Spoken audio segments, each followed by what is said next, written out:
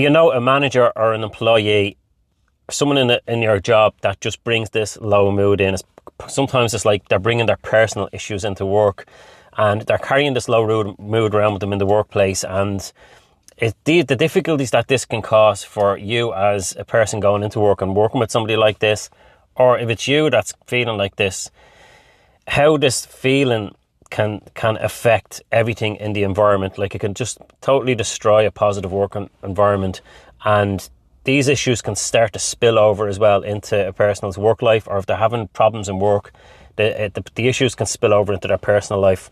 So they're always kind of carrying this stress around from either one or the other. It's either their job or their home life, and the impact on this on their individual health and their mental well-being as well as other people, you know. So I worked with a company a while ago, and the manager was having issues with not listening to people. So I ended up working with him. That was the deal. Was I was to work with 6 people in the company, and one of them was the manager. So I think I left him till second last or something like that. But there was one girl that was having issues at home with her child, and she was kind of stressed out in work, and the other person was just fighting with somebody at home. They had an issue going on with their ex and stuff. There was lots of different things going on with different people. I won't get into it too much, but the manager hired me to come in and genuinely help these people with their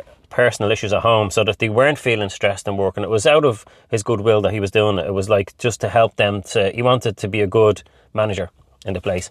So I ended up working with the staff and helped them resolve a lot of stuff where their minds were stuck at home when they were in work, or they were in work and they were thinking about what was going on at home, and they were at home thinking about what was going on in work, and should I be there, and when I'm there I'm not really there. I know I'm there, but I'm worried about all this stuff.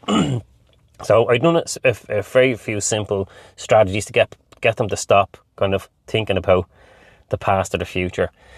And I think the most impact was, I noticed that the one of the main people, I won't say what his job title was because I don't want to give away the company that I was working with at that particular time, but everybody was dreading coming into work because of this one person, and this one person was disrupting the whole place.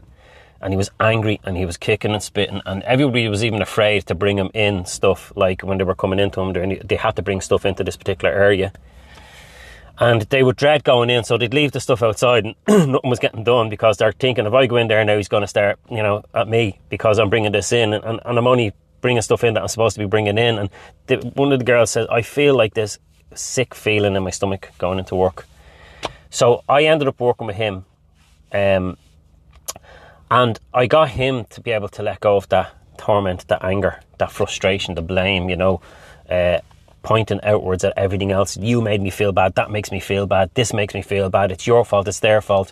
Got him to kind of let go of that and be able to, through a few processes, get him to be able to see himself and experience what it's like to be on the other side of it, to receive that toxic work environment. And he was quite shocked to kind of look at himself and go, oh my God, I didn't realise I was so bad, You never really do unless you really look at yourself. And the good thing about this is that when you start doing things like this, you start to be able to see the bigger picture, and you can see time, and you can see all the choices that's available to you. And yeah, you can go in and kick and spit and shout and blame everybody. That's only a set of choices that's in amongst lots of other choices. So what I'm trying to say is that there is ways to resolve this. That if it's you that's going into a job where someone is toxic and they're causing you to feel this way, there is a way that no matter what they're doing, you can be at peace inside, and not to spend too much time around them either. Like, you don't want to be hanging out with them and become best friends with them when they're negative all the time. But if you're feeling bad at home about what's happening in work, there's something that you're doing there that you're not aware of, that if you knew the process, you could really resolve it very easy. And if you're in work and you're thinking about, like, I should be at home, I should be with the kids, I should be going on holidays, should, and you're shutting on yourself all the time, there's something that you can do about that to help you to feel better, so that you're not tormented like that all the time. And then in this space, then when you're feeling better and you're feeling more at peace, it's much easier to make a clear decision whether, should I stay in this job or should I go?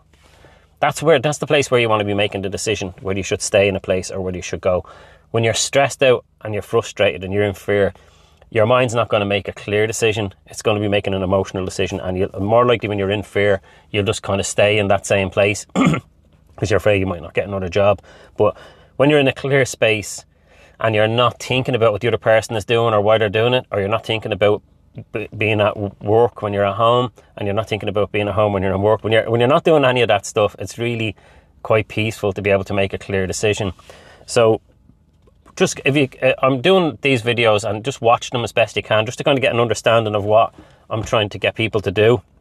Now, if you need to work personally and you feel like this is you or somebody in the company that's feeling like this, give me a shout. Give me a call. I'll do a 15-minute icebreaker call with you.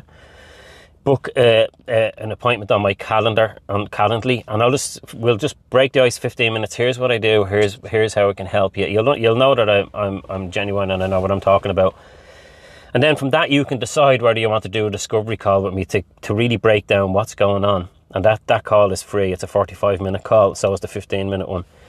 And then I'll go through the process with you of what's involved, and then you can decide whether it's a good fit for you or not. So you don't really have too much to lose. You'll feel better after talking to me, just understanding what I do and how I do it anyway.